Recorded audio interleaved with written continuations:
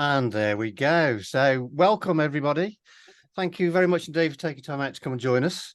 Myself and Richard Dawson have been looking into this for at least 4 months, 3-4 months. Tell you what, it's fascinating. This is looking into this. I'm even doing a Staffs University course for a micro qualification in artificial intelligence. So what I'd like to do just before we get started to introduce me and Richard, I'm going to do a quick poll, and it is only one question. So basically, have you used an AI resource for business purposes before now? Click on that one. I'll give you everybody 30 seconds.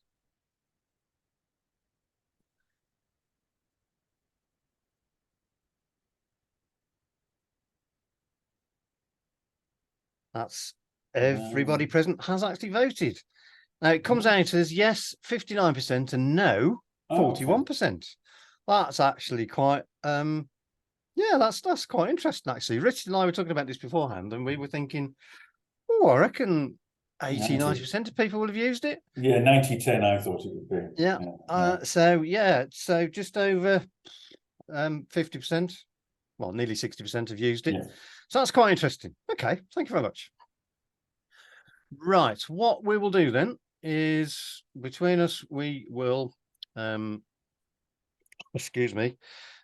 you through what we've been researching. So hopefully, if I share the screen to do that, everybody can see a slide that says introductions. Just a few thumbs up if you can, please. Fantastic. That means the tech's working. Right, so a few introductions. We're just going to do 60 seconds for me and Richard. So I'll start off. My name's Martin Williamson. Some of you will know me, some of you won't. I am a business strategist and coach, currently working through Business Doctors, and I effectively help business owners with creating their strategy for their business, and then help them implement that strategy through coaching, accountability, making sure they're doing what they want to do. And I find it absolutely fascinating. My background is a licensed insolvency practitioner, so I've seen hundreds and hundreds of businesses where things go wrong, so I can spot that. And along the way, I've found out what goes right. So combining those two levels of experience brings an extra bit to businesses when they're trying to develop themselves. I work with any type of sector, although I do particularly like professional services or creatives, and startups up to around 5 million in turnover is my sort of sweet spot. So, Richard, over to you.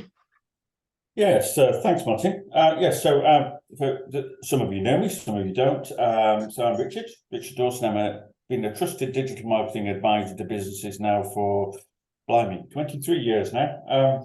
So I help, basically what I do is I help businesses with strategy, structure and results in terms of their digital marketing. So I'm a judge at various national and regional digital marketing awards, and I work with business owners and company leadership teams and any outsourced marketing professionals they might have as well, actually, to develop their skills, their strategies, their internal processes, and to get the maximum return on their digital marketing. So I also provide bespoke one-to-one digital marketing skills training for business owners, the select group of business owners and some content creators as well, actually, to help them reach their goals. And I help them to refresh and develop their digital marketing skill sets. And I'm currently working with quite a wide range of business owners at the moment. Some of them want to grow their business to the next level. They want it to be a really big increase in growth in the business. And so that's one set of challenges. And others, it's really just they want a better work-life balance, and they perhaps want to have slightly less work for more money. So that's probably a quick summary of the sort of people I'm working with at the moment. So that's me, Richard Dawson, digital marketing coach. I think less work for more money is at the core of most people's hearts, isn't it? Probably. So what we're going to cover today, we've got some late joiners, so I'm just going to let those in. So what we're going to cover today: brief history of AI, what it actually is, because some people don't actually understand what AI is all about. We're then going to touch on ethics and responsible use of AI. And then the two particular bits that we're going to do today is marketing and business development using AI. And then, tech permitting, we're going to do a live prompt on CHAT GPT just to show you what it can do. and you'd be amazed what it can do depending on what you ask it. We hopefully will have a Q&A session at the end, but if anybody does have any questions and it's burning at the moment, just shout up and we'll do our best to answer it. So carrying on. History of AI. It can go back to the 1800s, I suppose, because Charles Babbage invented a machine that did things similar to computer today. But most of you are probably familiar with Alan Turing. He was almost the father of computing, and he was the one that developed the Turing test in order to distinguish between an AI and a human. But the words artificial intelligence weren't actually coined until 1956.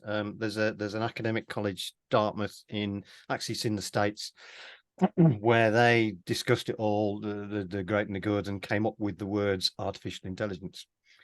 Some of you may know about IBM's Deep Blue. It was quite famous in the late 90s as defeating Garry Kasparov, who was the then world's chess champion. And Mr. Kasparov didn't realize it was a computer he was playing against. Let's put it that way. We then start to get into more modern times. So 2012, Google develops its DeepMind, which is basically being able to recognize objects in images rather than text or words. And it then ushered in various ways in which AIs can be improved. The one that people may well have heard of is OpenAI CHAT GPT. That first started in 2018, and it showcased the power of language generation and natural language when interacting with an AI. In 2020, the latest release of GPT appeared. And GPT actually stands for Generative Pre-trained Transformer, because this is the third iteration of GPT, and it's the largest version containing data up to September 2021. So if you ask chat for something from October 2021, it won't know, basically. It has had something in the region of 175 billion, as in B, pieces of data shoehorned into it in order for it to do what it does. And it's widely used these days in all sorts of applications for various natural language processing tasks, including the infamous chatbots and language generation. So just to expand on that, Richard's going to take you through what is AI. As you need to, Richard, just say next slide, please. I think everybody's familiar with that one. I will. We're familiar with that from COVID, aren't we? Okay, right. So what is AI? We're going to demonstrate a little bit of capability using the CHAT GPT tool later on. But it's much, much more to it than that. There are lots of tools and lots of integration that you're seeing of AI into existing software that you use. So rather than being programmed with detailed rules of what to do, the way that software works now is the software works in the past, I should say, is that a computer, a machine, would be programmed with a series of rules and instructions by human beings in the form of computer code. So rather than being programmed with detailed rules about what to do, AI gives them the capability to be let loose on large amounts of data. And in a process that you could say is similar to biological evolution, computers using AI can figure out through repeated trial and error what works and what doesn't work in the same way that human beings do. So that really is, it means that they'll be able to rival humans at many tasks, but critically, they'll also, because of their capability, they'll also be able to spot patterns that humans never would, particularly in data, which we'll touch upon a little bit today. In itself, it can't yet, being the operative word, think originally, and it can't yet have emotions or feelings, although that is one of the concerns. And artificial intelligence also refers really to the development of computer systems that can perform tasks that require human intelligence, as opposed to ones where they've got to do things just by instruction. So it's creating, as I said, machines, software that can reason, that can learn, that can understand natural language, that's the way that we speak, and make decisions in a similar way to humans. So it's using techniques like that some of you have heard of that have been around for a long time: machine learning, deep learning, natural language.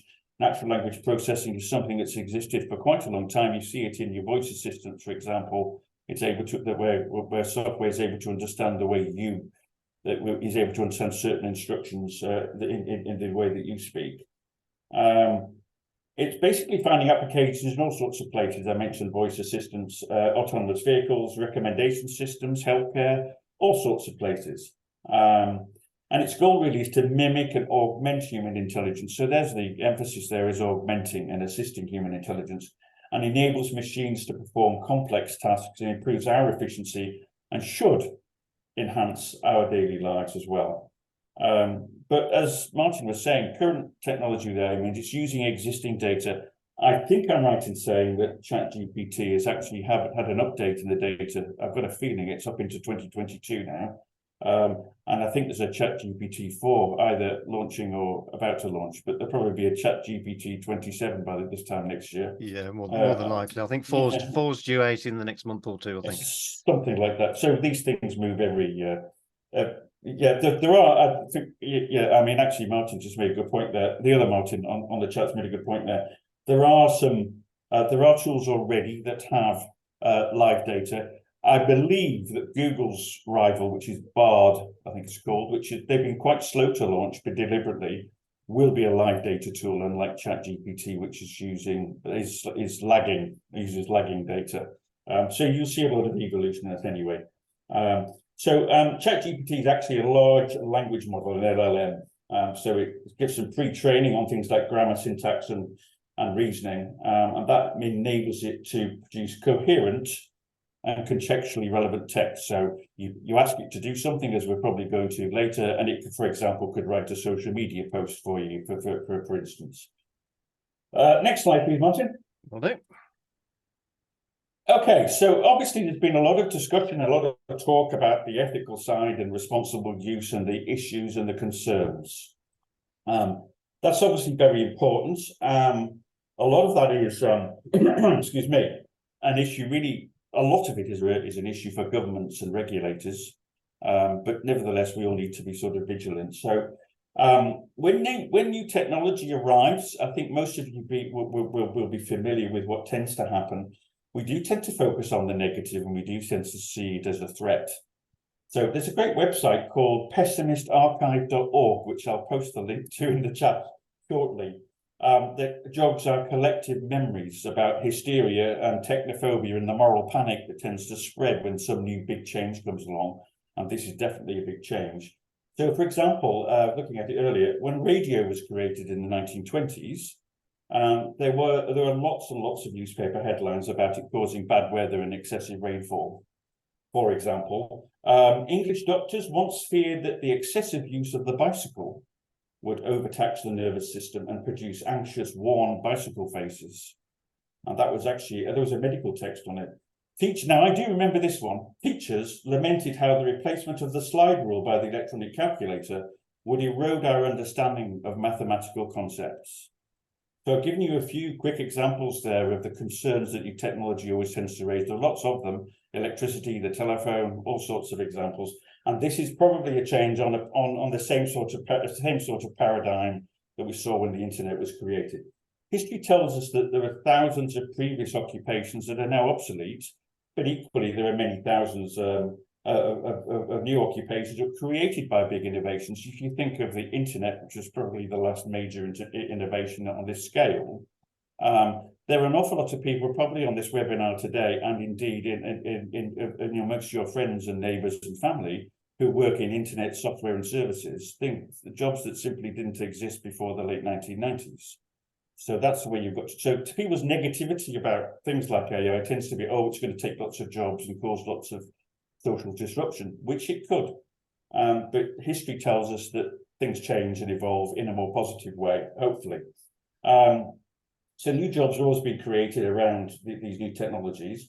Of course, there are serious, urgent questions about security, privacy, misuse of technology the governments and regulators need to look at. One of the concerns here with AI is that because it's learning and ability and it's getting more intelligent, one of the concerns that there is at the moment is not so much it has emotions and feelings, but that it is going to get so intelligent that we will not understand what it is telling us or what it is asking us. So imagine Albert Einstein, when he was still alive, one of the most intelligent people in the world, with an IQ of 160 something, talking to somebody with an IQ of 70 something. They're probably talking language and concepts that they wouldn't understand. So that's what, if you like, some of the regulatory concern is about, is that will we actually understand what it is doing and why it is doing it? And when it asks us a question, will we understand the question that it is asking us? So that's where one of the big concerns comes from.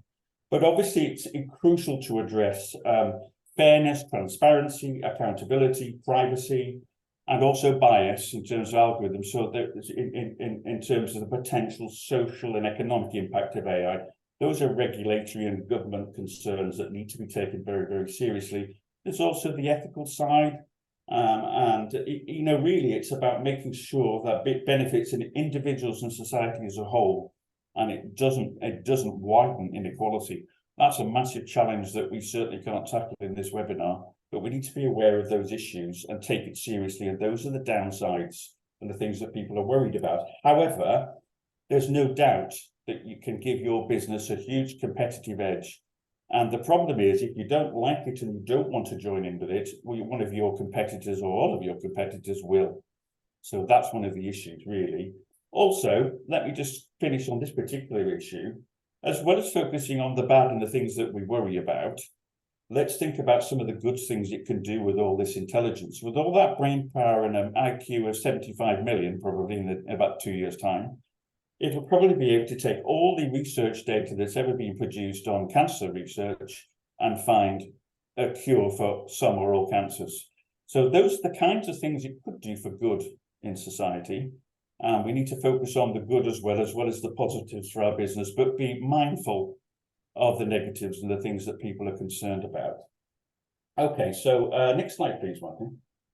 Just a tip for everybody, just keep an eye on the images of the chap in these in the following slides, will you? Yes, yeah. So these are AI created images of me, but they've deliberately chosen the ones that are not very good creations of me. They haven't got my eyes right.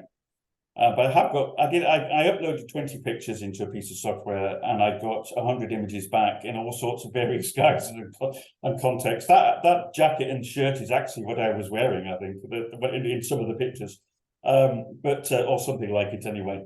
And I deliberately, in these next 3 or 4 slides, I've chosen pictures that I think don't look like me very much. They haven't got the eyes or the other things about me. Unfortunately, successfully got the double chin, and I was hoping they were going to eliminate that, but they didn't. Never mind. Okay, so so in marketing terms, to get a little bit more specific about AI and what you can do with it, one of the key areas is going to be customer experience. And in terms of customer experience, it's really enhancing, as we talked about AI as an enhancement tool, enhancing personalization and engagement, which is very much the way that larger organizations see the customer experience side of things. And a lot of the technology that will roll out because of AI will mean smaller organizations can get much better at personalization and engagement, and also get much better in terms of overall customer experience. So we know how at the moment we realize and all experience how rather crude chatbots are, and some virtual assistants, not terribly good at a lot of customer service tasks. They do the basics for us before we speak to a human. Chances are a lot of that technology will evolve so that we can actually, it'll actually be pretty good at doing a lot of those initial tasks. So machine learning analyzes customer data, lets businesses deliver tailored content, recommendations based on individual preferences in a much more automated way than you see now, which something is happening already and happened before this version of AI came out. But that personalization, as we all know, as most of you will know, marketing is really the key core of marketing is driving is personalization, that each person you're addressing in your marketing feels like that you've actually read what their preferences and information is, and they're actually getting that you're actually tailoring your marketing to them. And the technology is going to really help in that. Next slide, please, Martin. So again, we talked about AI being capable of processing enormous amounts of data because of its capability. That's going to help larger brands make data-driven decisions even more so than they do now. And it's the automation of that's going to help small companies do that too. So using historical data, for example, to forecast customer behavior or anticipate trends and optimize campaigns. Those are things that happen already and happen pre-generative AI. But the technology is going to speed that process up. It's going to make it easier, and I think it's probably going to roll it out more to smaller and medium-sized businesses as well, as we've seen with other changes in terms of automation and software in the past. Next slide, please.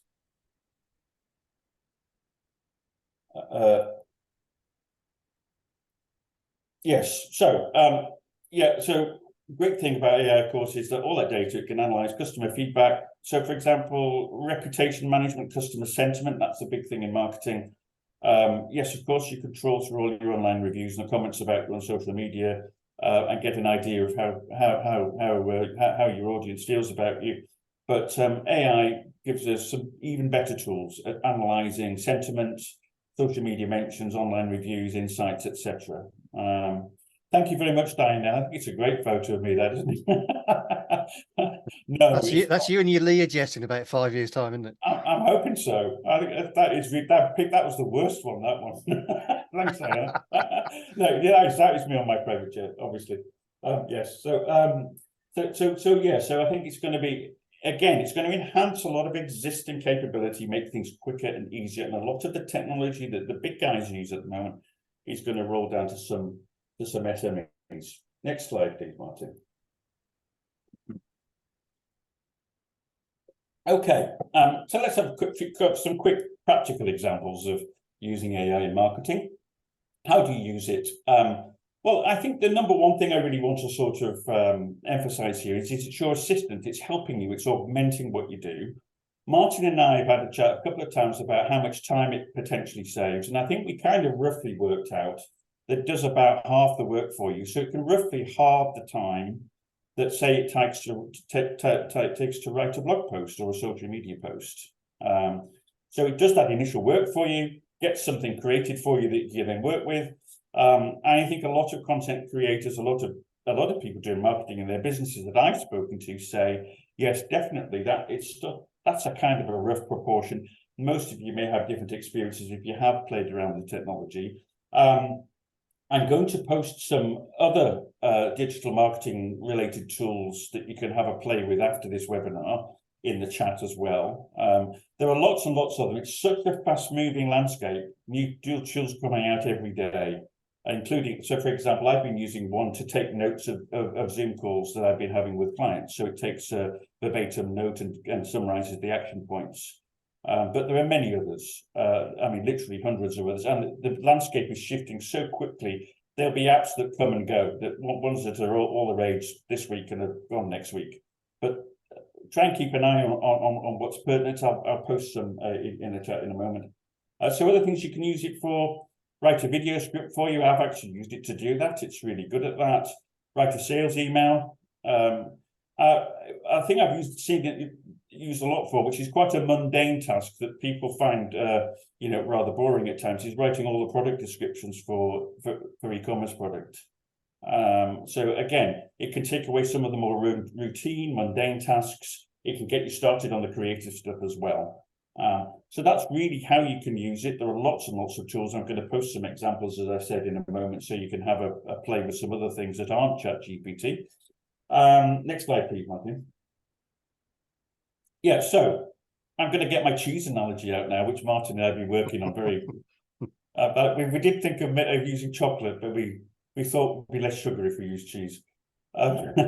So you've got three pictures here. Obviously, one is a picture of some artisan cheese that's quite expensive. Another is a picture of some reasonably expensive, but still reasonably priced supermarket cheese.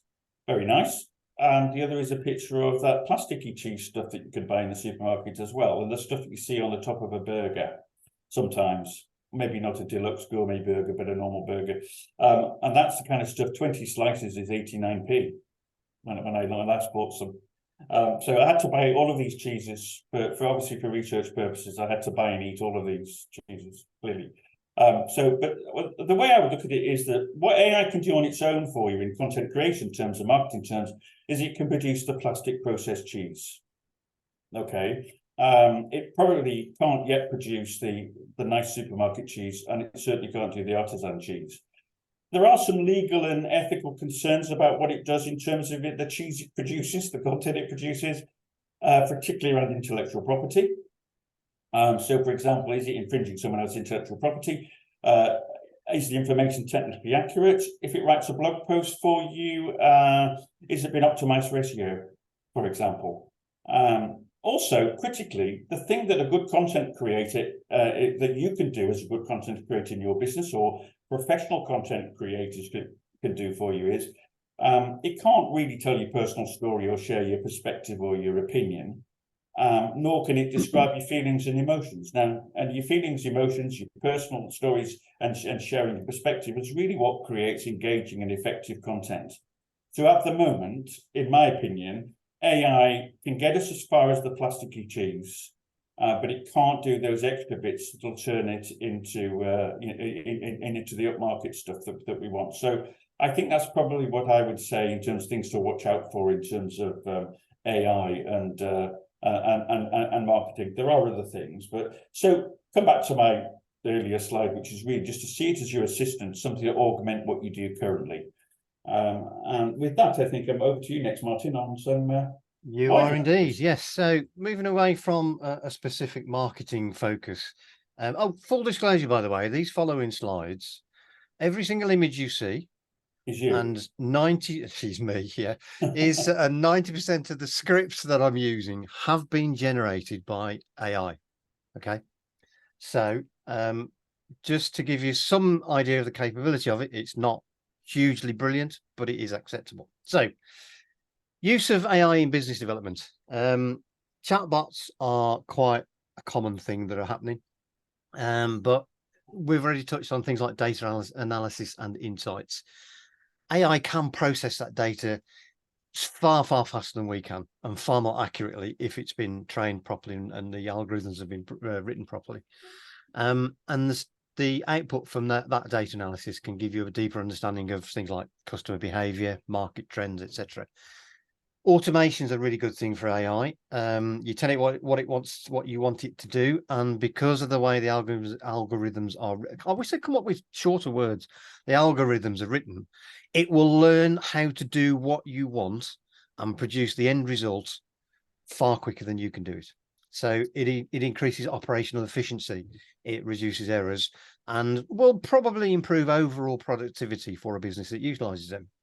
Chatbots, virtual assistants, we've all had experience with, how should we say, original chatbots, which, to be quite honest, were crap.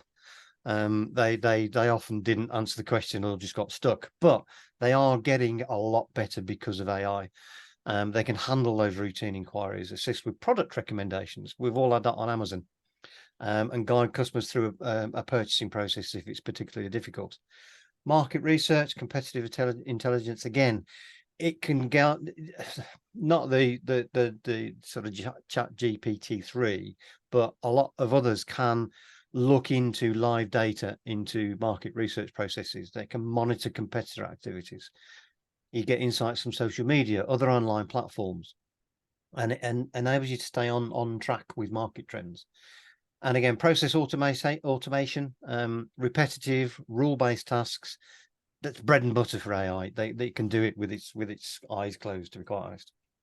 So typical examples within that are operating already, not necessarily within your business but all over the place, as we've mentioned. Customer support via chatbots. They are much better than they were. Data entry and processing. So AI can automate data entry tasks by extracting information from documents, from invoices, forms. It eliminates the need for manual data entry and reducing errors. Anybody on here, quick show of hands, use a remarkable digital pad? Yeah, one, maybe two. Yeah, that's got an AI in it. It's a specific AI for converting handwritten text to printed text. And it does that through trial and error. It will look at your handwriting and learn it. Okay, that's one good example for data entry. Inventory management. The AIs can optimize inventory, stock, widget management by analyzing historical data, demand patterns, other external factors. My wife used to work at an engineering company that had a system that they thought just monitored stock levels, but there was actually an AI behind it that said, yeah, your stock levels now, what you specified to be a minimum, here's a reminder to order some more. Or when they had a rush on a particular thing, it says you're getting near to your minimum stock level rather than before it actually gets there. So they didn't realize it was an AI behind that. Fraud detection has been going on for years. Anybody who has a bank account, the bank will monitor your account every second of the day via AI. And if something out of the ordinary happens in your account, it will flag it within the bank. Something happened with me a couple of weeks ago when I purchased a holiday, large transaction, not being in my account for a year. It got flagged up, and within, I think it was 5 minutes of me pressing pay on my credit card, the banker on the phone saying, "Is this you?" That's AI in action, everyday action. And again, automation we've mentioned. What I'm going to do now is just have a look at two specific types of businesses. One is a graphic design agency. So design processes. AI-powered tools can automate repetitive design tasks such as design layouts, resizing images if you change a portion of the actual layout, or applying consistent branding elements. If anybody uses an email system called Transpond, that has an AI behind it that will brand every single email you send out from it, or every single template in your own branding. You tell it where to look for your branding, and it will change all of its own templates to match your branding. Design assistants. They can provide design recommendations, suggest color palettes, offer other creative ideas or layouts based on client requirements and previous design trends. Designers can then access a broader range of design possibilities and make more informed decisions. Prototyping, iterations, because it's so fast at doing things, it can change from one to the next, to the next, to the next, far quicker than we can in a manual way.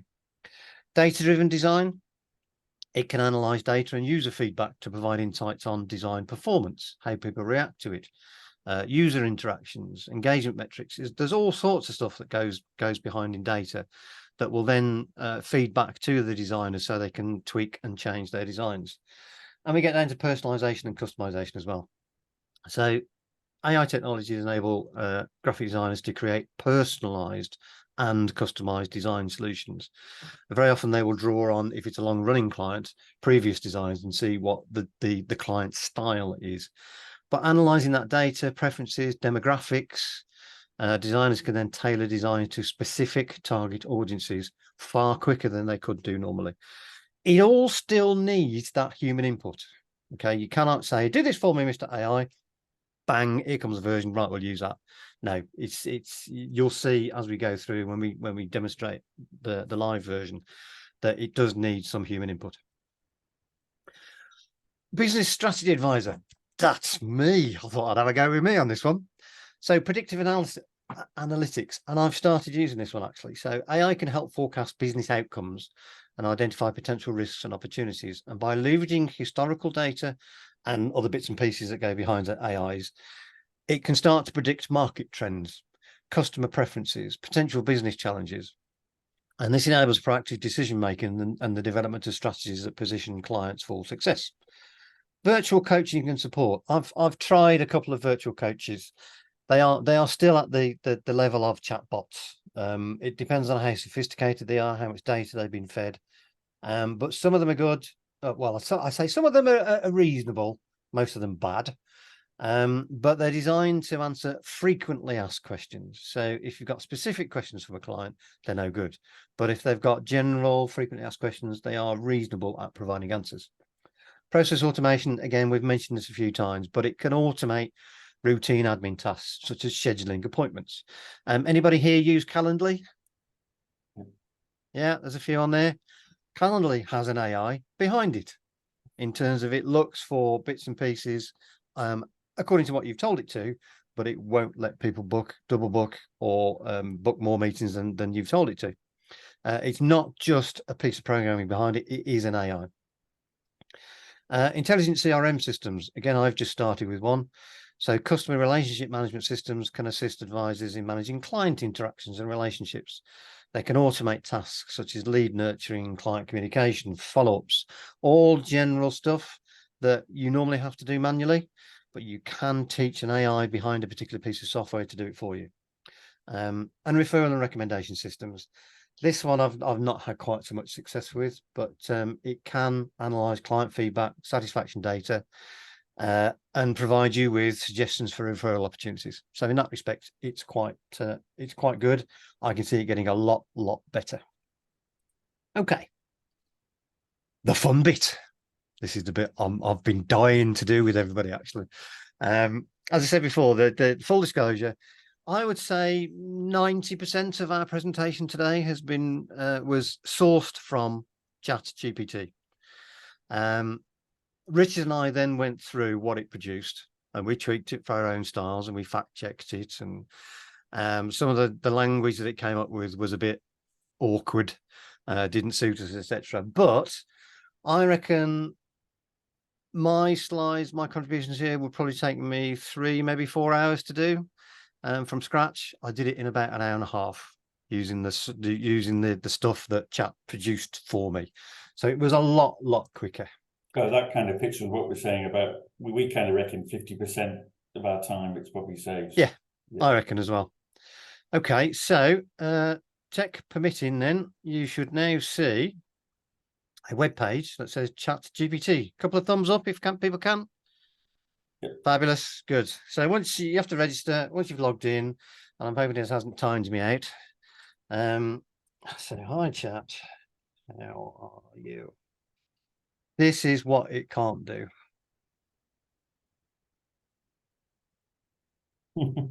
Okay, but it does show you that it will answer you in natural language. The other one I was going to do was I am presenting you to a webinar today. Any tips? Whoops. And you can see how bad my typing is. Just watch what happens. Get your eyes on the screen.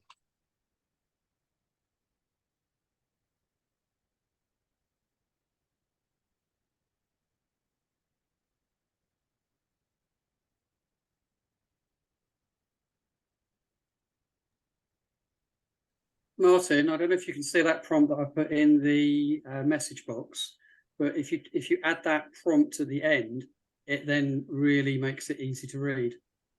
And let's see, markdown so it's easy to read. Okay, let's try that again. Just run that again and just see what a difference it makes, because I know it makes a difference, massive difference on when you do text on it, because you get plain text. But basically that took 11 seconds, and somebody who's not presented before can use that as tips. So you can also do same again, but what about this in markdown so it's easy to read? Slightly easier. Yeah, it's better when you've got blocks of text, but that's not bad, is it? Yeah, it's not too bad, just actually. adding an additional, yeah, like a 5-second thing on the end. Yeah. And for people who are dyslexic, that difference between contrast between bold and non-bold, it just helps them pick the words out as well. Indeed. So don't forget, this is the free version. There is a paid for version, and that does a lot more. It'll suck things out of websites. If you wanted a blog post written in the style of your own website, it will go to your website, analyze the style, and then write the blog post in that way. But I'm sticking to the free version at the moment. So anybody got a prompt that you would like me to put in? Now, by prompt, this is what you want it to do. So you're prompting it to do something for you. So is anybody going to stick their head above the parapet and unmute and give me something that they want to ask it? Write a comprehensive marketing plan for an ERP software provider. Right. And then add that prompt as well that I gave you. Marketing plan for? An enterprise software provider or an ERP software provider. Software provider in less than 500 words. If you give it an unlimited, it goes on. Yeah, it goes crazy, doesn't it? Yeah. Oops. And okay, there you go. 1, 2, 3. Now you 4, see the difference between using 5, that last line of the prompt. 7. You're getting every all of 8, that. 9, 10, 11, 12, 13, 14, 15, 16, 17, 18, 19, 20, 21, 22, Wow. 22 seconds. And you've got the basis of a marketing plan. Yeah. I've noticed that Joshua was asked in the chat if we could ask it to rephrase it as though it was a Gen Z person. Okay. Or Same a again, teenager. but rephrase in UK English for a Gen Z person. I can't spell. It's interesting, actually. If you leave it, it'll spell check it for you anyway. It will, but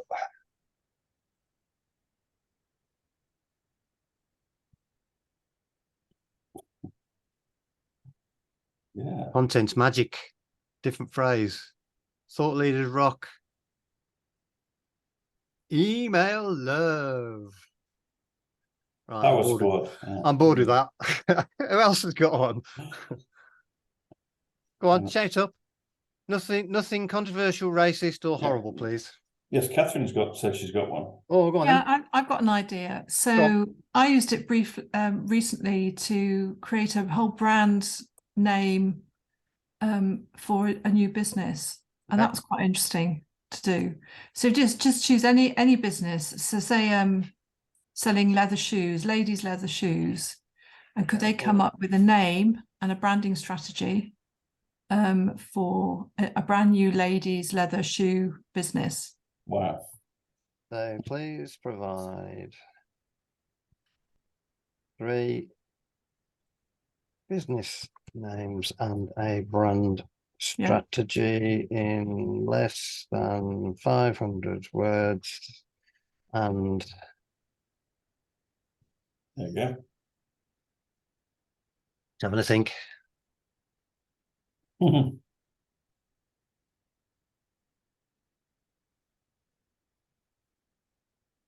can you see why chat should be used as a basis and not a finished product? Yeah. But if you were doing this for a client, how long would, Catherine, how long would this take you without using chat? Oh, hours. Absolutely. Hours and hours and hours. But I think your point about humanizing it is just so important. Yeah. You can never just take this away and say, right, I've done it.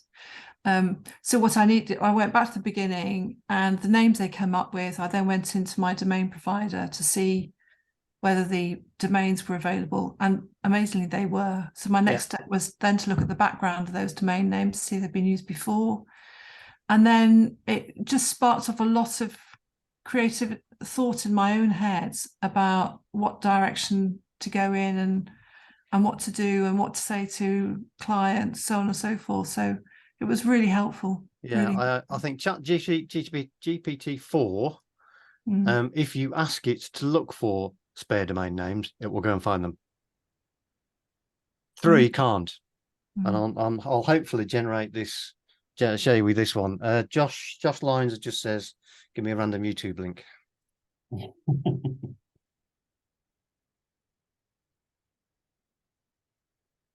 There you go. It has limitations. Don't forget, this is the free version.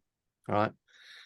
The paid for version will be able to go to websites and analyze them, but it won't be able to extract data from it.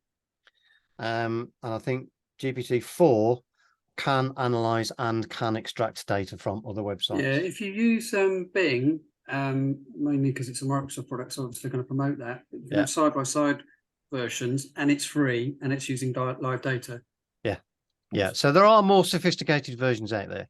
Sorry, and I think the other thing to watch out for, if you haven't already tried it, and I'm just about to try it, is the Google product, is Bard, which similarly to what you're saying there about Bing, that will be using live data, and there will be additional functionality in there that I think will be very interesting indeed. Yes, 6 months ago, nobody could do it.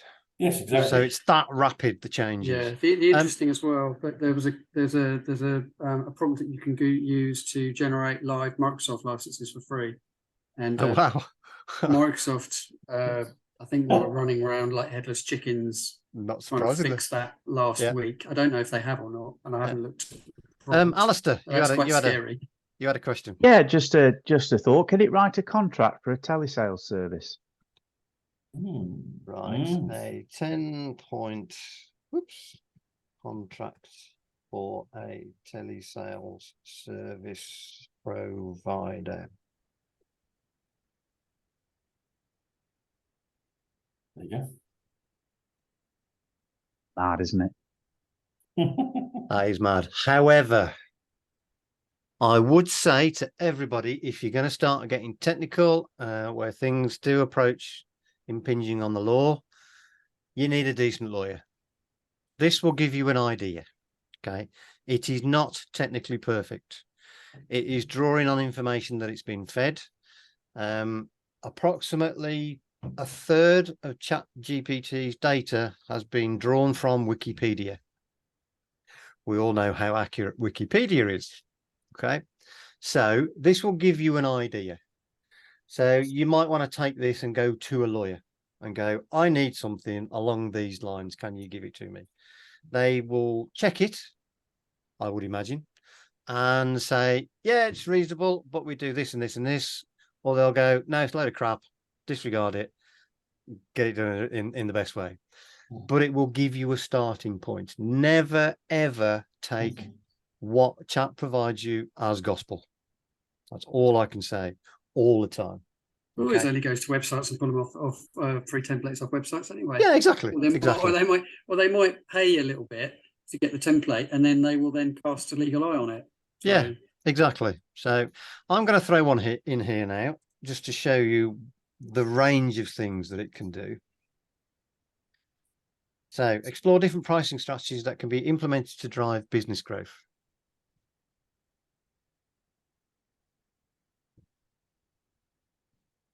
Now, I haven't told it to do the formatting. It has learned from my chat. Yeah, I was going to comment on that as well. Yeah, that I like to see it in this particular format. That is AI working on the fly for you. It also bobbed in that last paragraph. It's important to note select price that should be based on thorough understanding of your target market. So it doesn't know what your market is. It doesn't know your product or service. So these are all general stuff. Okay. Josh had just put in the chat another fun prompt for GPT. Ask it if you can generate a text-based adventure. Hey, there's a fellow D&D campaigner. Come on. But yeah, you can see that it is a very, very useful tool, but it's like any other tool. You need to be trained to use it, and you need to use it properly. So if we've got time for one more prompt, we'll move to any questions. So has anybody got another prompt that they want to throw in? It can be serious, it can be wacky. This is the fun bit. Are androids dangerous? That's a question, isn't it? Okay. Write a 100-word story about androids going to war with humans, just to see if we can corrupt it. So write a 100-word story about a war between humans and androids. Okay, I'm going to leave the spelling mistakes in. Yeah. Okay. Yes. I didn't hit the buffers. Sometimes they hit the buffers on things like that. It does. If you put too many controversial words in, so war is not a particularly controversial word. It's been in the news a lot with Ukraine, etc. But if you start making racist terms, religious references, certainly the free version will go, yeah, I don't really like that. That's actually quite good, though. It is quite. It's not bad actually. So again, use it as a seed, as a germ for things. Yeah. Okay. I think we've demonstrated that it can be a bit of fun. It can be quite useful. And by the way, anybody that saw the LinkedIn event on my LinkedIn page, that was entirely written by Chat GPT. Okay, complete with thingies, faces, smiley facey thingies, emoticons. That's the ones. It even put those in for me. So yeah. It's a very, very, very useful tool. And that's us. Okay, so I think we've got a question there from, haven't we, in the chat here from Kevin? We have. Can you answer that while I just pull up Yeah, the certainly. demo again? So you'll all have seen Kevin's asking about redundancies, wholesale job losses. You probably noticed in the presentation that I was earlier in the presentation talking about that you will see new technology displaces a whole series of types of job. So I certainly think there are certain occupations that have to. We all have to take AI seriously. That it might replace any of us, but there's certain occupations that need to take it very seriously. I think that, to come back to my cheese analogy in terms of content, if AI can produce plasticky processed cheese type content, yes, it will replace some content creation roles, I think. But as I said, it's going to be ones where human intervention has made it into good quality, engaging content. Another example, more generally in terms of business, I think there is a perception that in certain of the professions, so for example, in the law, in certain parts of accountancy and other areas where there's a lot of data processing going on, or data analysis rather going on, there is a feeling that AI will have a very profound impact on quite a few of those areas. So probably we'll see quite a lot of displacement in those sectors. We've already seen big businesses like, I think it was BT that announced it intends to replace 50,000 jobs with AI. So you certainly will see that. But as like I said, if you think of other technological change, there will be other new jobs that will come along that we haven't even considered before. So I think, for example, one area that I've read about that's going to be quite big in terms of employment creation is going to be around the subject of humans interacting with AI. So, for example, being a good prompt engineer, there are 300,000 a year jobs being advertised by Google for prompt engineers, for example. So prompt engineering, helping humans understand AI, helping AI work well together with humans, they could be an area of creation. And the efficiency it's going to create in certain businesses can then lead them to expand in other areas. So I think it's going to be a double-edged sword in certain areas. But yeah, it's a good question. Yeah, I mean, sorry, go on. I was saying, my son's finished a degree at Imperial College last summer, and that's exactly what he does. He works on the back end of robotics using AI to develop websites for much bigger companies. So it's just a thriving market, and he's got more customers than he can deal with, which is good because it's such a growing market. So we used to, certainly when my son first mentioned he wants to do computing as an O-level, as a GCSE, I said he couldn't do it because there wasn't any work in it. I thought I could only see it as a fun tool, and he still castigates me about the fact that I didn't let him do it, but yet he did a degree in it, and now he's got this amazing job. So yeah. It is moving very much forward in exactly what you say. There'll be so many jobs in that area. I mean, Kevin's other part of his question was, can it give you a basis to apply to your own business without the need for a specialist? Yeah, I suppose it can, but do you have the time to do it? Do you have the time to do your own PR work? I don't think you do. Do you have your time to do your own business development work or your own graphic design work? You need specialists for those with the experience to go behind it. This is why AI still needs that human interaction. Another question was from Diana: if two companies both input a request for a blog topic, same topic, at the same time, will they end up with the same content? They will probably end up with 95% the same content. It'll be very, very similar. Because the AIs can only answer in a certain way. However, if you put a question in and then it gives you an answer, then say, please answer the same question again, it will give you a different version. If you say same answer again, it'll give you a third different version, but 95% of the content will be the same. It'll just be slightly reworded. Yeah, so or you can ask at the same, when you create it, say, can you give me 10 different answers to the same question, and then you get varieties as well. Exactly, and then you can choose which one you want to finally tweak and use yourself. Yeah, exactly. So AI's only got a certain amount of data. It's a huge pool, but it's only a certain amount of data it can draw on. Yeah, and it follows the rule of rubbish in, rubbish out. Yeah, exactly. It's it sort of points at the earlier point that I was making about one of the downsides of using it in marketing, for example, to create a blog post, are the intellectual property aspects of it, in terms of whether is it unique intellectual property, or is it copying someone else's IP? Yeah. So yes, you have to be cautious about it and sort of perhaps check it. See, there are other tools you can run it through. we had a Yeah, client. I mean, I would say that 90%. Sorry, hang on, Martin. Diana. We had a client recently who wanted to produce a large number, like 80 blogs, and what I said to them was, you know, using CHAT GPT, and I said that the danger was that if their competitors were asking like for the similar topics at a similar time, they would end up with duplicate copy. So actually it would end up, you know, what they were trying to do was an SEO strategy, but actually would have ended up going against them. And I think the other point about, I think it was Kevin that was making about, you know, because we're a PR agency, social media agency, marketing agency. We've had the conversation internally of, you know, what's going to happen to us because of the content that we write. But I think there's a couple of things. One is that we obviously bring some intelligence around our client's personality, although I realize with the other one that you can, the paid version, you can do it in the style of the client. But I think the other thing is, as a PR person, they don't know who the journalists are to speak to. They don't have that skill of, you know, so although we might save a load of time because it might help us write some content, that would give us more time to have more quality interactions with the BBC and the Telegraph and the Times. And so actually, Yes. trying to look at the positive, it's like let AI take care of some of the mundane aspects of your role, add your own creativity and intelligence and knowledge, overlay that, but then give yourself more time to do the bits of your job that really make you stand out as a specialist in your area. Yeah, and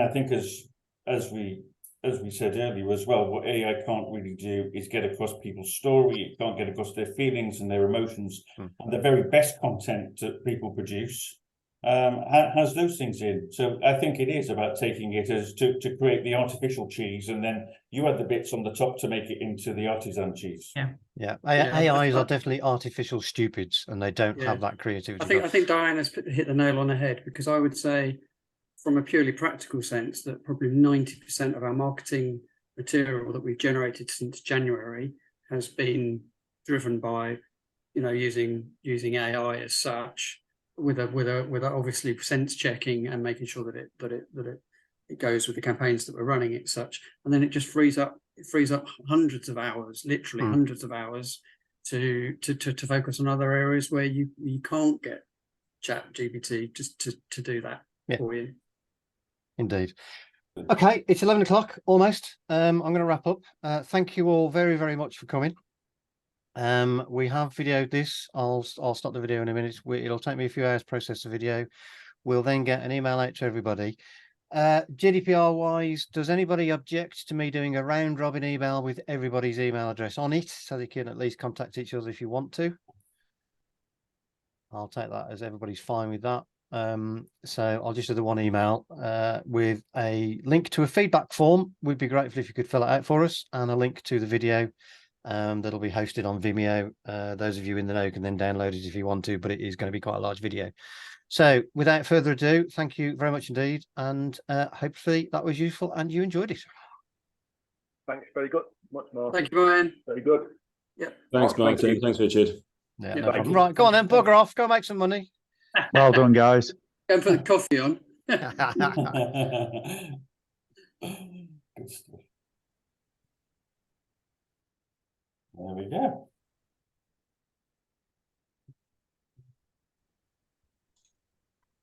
Let's take a copy of the chat now tonight. Yeah, you should download it.